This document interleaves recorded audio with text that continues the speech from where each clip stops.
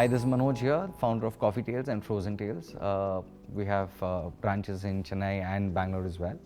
And we've been in this industry from 2012. And we started off with our coffees and mocktails and stuff like that. MONIN is primarily known for their mocktails and cocktail mixes. Taken forward, we understood that MONIN is actually doing very well with their coffee mixes. And we started to experiment with that and came up to a stage where today we, I think, are doing roughly around 12 to 14 different flavors of coffee, MONIN based. The idea of us sticking to MONIN is that there's nobody else to compete them. They've been, I don't want to name the brands, but then there's so many brands who've come into India, but that's sugar. MONIN is flavor. And when we wanted to give them flavors, we could not think of anybody else but MONIN. Because take it from your normal caramel, your hazelnut, your vanilla, they've moved way past that and they've come to a stage where they're doing smoked oak. It's a lovely flavor, brown butter, toffee nut. These are a few of these that I can talk. There's so much more. But as such, if you see, looking into how MONIN has evolved for us, for coffee people, I think they've done brilliant, and I'm hoping to get some more from them now.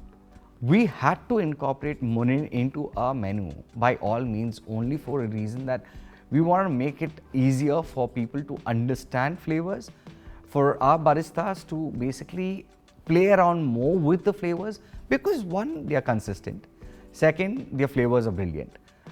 They're not as sugary as the others. So if somebody is looking at trying to start up a new cafe, I will strongly suggest them to go for MONIN compared to the other brands. Very simple reason: their quality, their consistency, and their flavors. The variety of flavors they have is brilliant and absorbed in. The purity of the product is a lot more nicer. You feel that when you take in. You feel it when you smell the product also. It's not just the flavor, the aroma of the product also rises right. Especially if you're trying to do it, infuse it with coffees. For any coffee person who's looking at trying to start up a cafe, I would say please use this. Because you need to give them the flavor, which is for coffee and this.